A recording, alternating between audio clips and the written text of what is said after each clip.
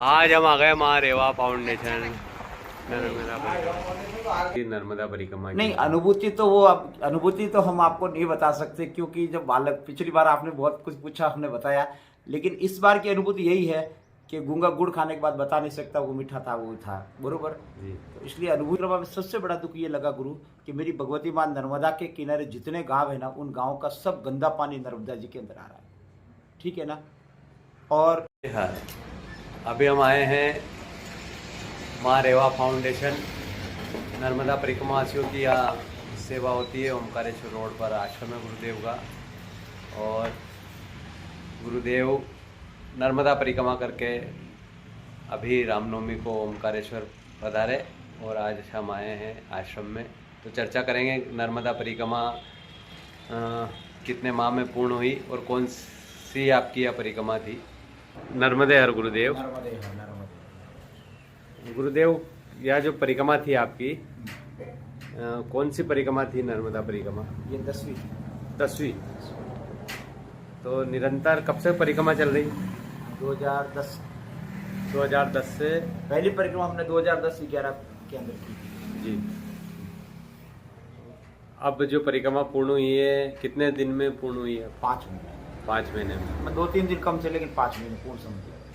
तो नर्मदा परिक्रमा में किन किन संतों के साथ परिक्रमा रही और माई के तट पर क्या अनुभूतियाँ हुई वो? ये परिक्रमा हमने शुरू तो जो दाता गुरु ने जिन्होंने चतुर्मास किया था अपने राजस्थान वाले सूरज कुंड वाले महाराज जी ने, तो उनके ही विशेष आग्रह पर हम निकले थे। लेकिन उनकी जो चाल थी बड़ी धीरे थी और पीछे में ये आदमी लगा के गया। तो फिर समुद्र पार होने के बाद हम आगे चले। तब तक ये तट पे उनके साथ ही चले समुद्र तक, उसके बाद हम आगे चले। और हमारी ये परिक्रमा 99.9 मैया के किनारे रही। और हम उन रास्तों से गए जहाँ वास्तविकता परिक्रमा से बहुत कम, 1% जाते हैं जी, बरोबर। तो उन रास्तों से हमने ये परिक्रमा को पूर्ण किया है। मंडला मार्ग से भी गए होंगे आप? हाँ, मंडला पूरा मंडला होते हुए गए, मंडला होते हुए भी गए। और दूसरा भी क्या है, मंडला तो ठीक है, मंडला होते हुए तो हम गए ही हैं, सहस्त्रधारा वगैरह होते हुए, मंडला होते हुए। लेकिन अभी नर्मदा जी के किनारे जो बन रहे हैं, क्या बोलते हैं उसको, डैम बन रहे हैं कई जगह। तो उन डैमों के कारण भी लोगों ने रस्तों को रोक दिया है, तो उनको रस्ते को बहुत दूर से डाइवर्ट किया है। तो हम लड़ झगड़ कर भी उनसे वहाँ गए। तो उन लोगों ने हमें बोला वहाँ पत्थरों में वो लगाते ना फटाके, क्या बोलते हैं उसको, जो ब्लास्ट करते हैं उसको, बारूद करते हैं। तो बोले हम ये ब्लास्ट कर रहे हैं, आपको कुछ हो जाएगा। तो मैंने कहा हम लेटर पे आपको लिख के देते हैं, हमें कुछ हो गया तो हमारा कोई रोने वाला नहीं, आपके कोई केस नहीं करेगा, हम तो जाएंगे। तो ऐसे लड़ते हुए भी हम कई जगह से गए। परिक्रमावासी जब निकलता है तो आपका ये आश्रम संचालित होता है, यहाँ सेवा होती थी परिक्रमावासी की।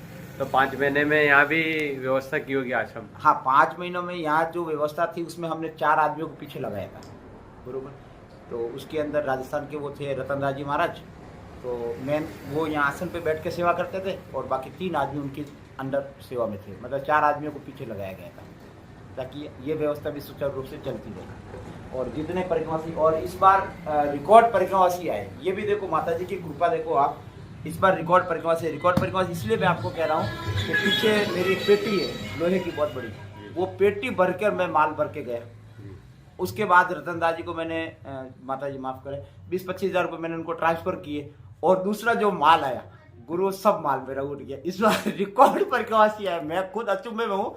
और जब आकर मैंने रजिस्टर देखा, बरोबर, तो ये रजिस्टर आप देखो, ये रजिस्टर भरा हुआ है जी, बरोबर जी, ठीक है ना। ये रजिस्टर पूरा, मतलब आप देखो जो आगे रुकता है क्या, वो सभी के नंबर इसमें रजिस्टर। हाँ, अब ये पूरा मतलब रजिस्टर आप देख लो, ये क्या, इस बार रिकॉर्ड परिक्रमावासी आए और रास्ते मेरे को मिले ही हैं। लेकिन मेरा परम सौभाग्य ये है गुरु कि अन्य क्षेत्र खोलने के बाद शायद मैं पैदल पहली बार ही गया, ऐसे भ्रमण करने गया। तो जहाँ भी मैं गया, बरोबर, तो व्यक्तिगत वो लोग मेरे को नहीं जानते होंगे, लेकिन बापूजी आप कहाँ से आए, वो ओमकारेश्वर माँ रेवा फाउंडेशन। तो उन्होंने जो मेरा सम्मान और सत्कार किया, हम उन सब का आभार प्रकट करते हैं कि खाली उन्होंने नाम सुना माँ रेवा फाउंडेशन, वो यहाँ आए, सेवा उन्होंने ली, बरोबर। तो बहुत अच्छा, मेरे को बहुत अच्छा मतलब लगा। और कोई विशेष अनुभूति नर्मदा परिक्रमा? नहीं, अनुभूति तो वो अब अनुभूति तो हम आपको नहीं बता सकते, क्योंकि जब बालक पिछली बार आपने बहुत कुछ पूछा, हमने बताया। लेकिन इस बार की अनुभूति यही है कि गूंगा गुड़ खाने के बाद बता नहीं सकता वो मीठा था वो था, बरोबर जी। तो इसलिए अनुभूतियाँ तो गुरु इतनी है जिसकी आप कल्पना नहीं कर सकते। जिसको आप शब्दों में बयान नहीं कर सकते, उसके लिए तो आपको स्वयं को जाना पड़ेगा माई के तट पर। बिल्कुल जाना पड़ेगा। और मैं वास्तविकता में बताऊं कि व्यक्ति को परिक्रमा जरूर करनी चाहिए, परिक्रमा जरूर करनी चाहिए। हाँ, आप अनुभूतियाँ तो नहीं पूछो, आप मुझे मेरे दुख जरूर पूछ सकते हो। जी हाँ, क्या क्या परेशानियाँ। हाँ, आप मुझे दुख पूछ सकते हो। मुझे इस परिक्रमा में सबसे बड़ा दुख ये लगा गुरु कि मेरी भगवती माँ नर्मदा के किनारे जितने गांव है ना, उन गांवों का सब गंदा पानी नर्मदा जी के अंदर आ रहा है, ठीक है ना। और जितने बड़े बड़े संत जा रहे हैं, कोई इस पर ध्यान नहीं दे रहा है। इससे बड़ा और दुख एक बालक के लिए कुछ नहीं हो सकता। एक मतलब माँ के बालक के लिए, परिक्रमा से तो नहीं कहूँगा मैं अपने आप को, मैं उसका बालक हूँ, और एक बालक के लिए इससे बड़ा दुख नहीं हो सकता। हर गांव का पानी नर्मदा जी के अंदर, गंदा पानी नर्मदा जी के अंदर जा रहा है, बरोबर। और हम जो भी मैया की परिक्रमा कर रहे हैं या जो भी है, उन सब से हम इतनी रिक्वेस्ट करते हैं कि जितना हो सके इससे बचें। जी बरोबर, बहुत गंदगी आ रही गुरु मैया के किनारे। गुरु जो जो संत जा रहे हैं उनको भी संत प्रशासन से नर्मदा स्वच्छता के लिए हाँ, पहल करनी चाहिए, पहल करनी चाहिए गुरु, बरोबर। खाली जो हम देख रहे हैं कई जितने परिक्रमा से यूट्यूब बना रहे हैं, वीडियो बना रहे हैं, या मतलब वो कर रहे हैं, परिक्रमा कर रहे हैं, बरोबर। बड़े, और देखो मेरे जैसे सामान्य व्यक्ति इसमें खाली एक आवाज उठा सकता है, लेकिन करना तो उन बड़े संतों को है। और जब तक बड़े संत आवाज नहीं उठाएंगे तब तक इसमें कुछ भी होने वाला नहीं है। इसीलिए हम जितने भी महात्मा आपका यूट्यूब चैनल देख रहे हैं उन सबको, और जितने भी जो योग्य है इसके लिए, हम उन सब से हाथ जोड़कर करबद्ध ये प्रार्थना करते हैं कि हमारी भगवती माँ नर्मदा को बचा दीजिए, नहीं तो गुरु बहुत दयनीय स्थिति है। और दूसरा, रेती खनन, इतना खनन हो रहा है गुरु नर्मदा जी का, इतना अवैध खनन हो रहा है कि जिसकी आप कल्पना नहीं कर सकते। क्या ये दो चीजें, दो विषयों के ऊपर नर्मदा जी पे विशेष व्यक्ति को ध्यान देने की आवश्यकता है जी, बरोबर जी। नर्मदा परिक्रमा 5 महीने में पूज रामनवमी के दिन ओमकारेश्वर में पूर्ण हुई। हाँ, ओमकारेश्वर के अंदर रामनवमी के दिन। परिक्रमा पूर्ण होने के बाद क्या किया जाता है जब परिक्रमा आप परिक्रमा करने के बाद कन्या पूजन जरूर करना चाहिए, क्योंकि हम भगवती की आराधना कन्या के रूप में ही करते हैं, तो कन्या पूजन जरूर करना चाहिए। और जो मानदाता की परिक्रमा है वो एक जरूर, क्योंकि मानदाता की परिक्रमा संपुट लगता है, मतलब परिक्रमा प्रारंभ होने से पहले और परिक्रमा पूर्ण होने के बाद, ठीक है ना। क्योंकि वो मतलब हम नहीं कहते कि जैसे कोई अनुष्ठान वगैरह करते हैं तो उसमें दशांग हवन, दशांग होम, तर्पण, मार्जन ये सब होता ना, तो वैसे ही वो संपुट है ये परिक्रमा मानदाता की। हमने जितनी त्रुटियां की है रास्ते में, हमसे जो भी त्रुटियां हुई, जैसे पूजा वगैरह हो गई, सबसे लास्ट में आरती होती है, तो आरती का मतलब हे भगवान हमसे जो भी कुछ हो हम समय याचना करते हैं, तो ये एक प्रकार की आरती समझ लो आप। उसकी मतलब परिक्रमा करने के बाद में आपकी जो त्रुटि है वो समा और आपकी परिक्रमा संपूर्ण। तो कन्या भोजन करना चाहिए और जो भी आप यथा योग्य जो कर सकते करना चाहिए। पहले भी मानदाता की परिक्रमा करनी चाहिए, जाने से पहले भी और जाने के बाद भी।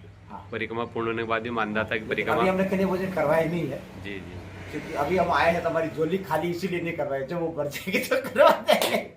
तो बहुत से लोग परिक्रमावासी हर बार अपने आश्रम में रुकते भी हैं, तो जो माँ रेवा फाउंडेशन की सेवा लेकर गए हैं नर्मदा परिक्रमावासी, वो भी हमारे चैनल से जुड़े होंगे कहीं ना कहीं, तो उनसे भी निवेदन के आश्रम का कोई नंबर, फ़ोन पे नंबर, जिससे वो सीधा सहयोग माँ रेवा फाउंडेशन को करें। माँ नर्मदा रेवा फाउंडेशन है जो निरंतर नर्मदा परिक्रमावासियों की सेवा करते हैं, और जो आपको ये नंबर दिखाई दे रहे हैं, इन्हीं नंबर पर दिखाई दे रहा है 7073153858 पर आप भी सेवा कर सकते हैं। और गुरुदेव की यह नर्मदा परिक्रमा आनंद के साथ पूर्ण हुई। नर्मदे हाय, हो माई नहीं हुई नहीं मेरे गिलास में लाओ।